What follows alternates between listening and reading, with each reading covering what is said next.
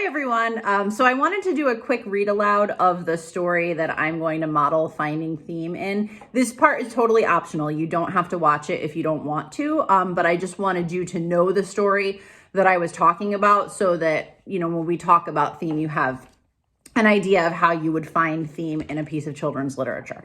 So often we think that in order to talk about deep ideas, they have to be really complex texts. So I intentionally chose a book for very young children. This is just a board book that's really meant for toddlers or maybe preschoolers. So this is called I Love You, Stinky Face. And I'm going to read it again. You don't have to watch this if you don't want to, but I wanted to have a text that we were all familiar with to be able to talk about. So this is called I Love You, Stinky Face by Lisa McCourt.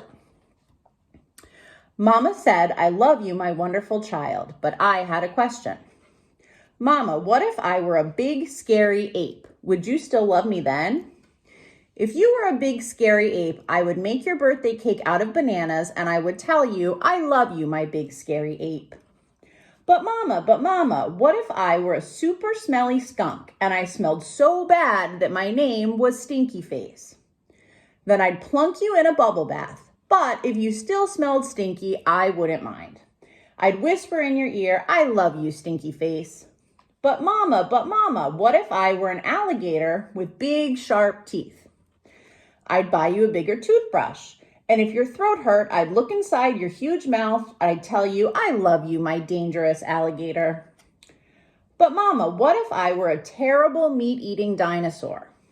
Then I'd make you a mountain of hamburgers to eat. I'd say, I love you, my sweet, terrible dinosaur. But mama, what if I were a swamp creature with slimy, smelly seaweed hanging from my body? Then I would live by the swamp and take care of you always. I'd tell you, I love you, my slimy swamp monster. But mama, what if I were a green alien from Mars and I ate bugs instead of peanut butter? Then I would fill your lunchbox with spiders and ants and the tastiest bugs you ever had. And I'd pack a note with all the bugs that said, I love you, little greenie, bon appetit. But mama, what if I were a one-eyed monster?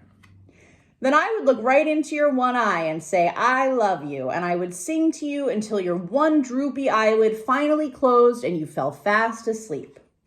I love you, mama, and I love you, my wonderful child.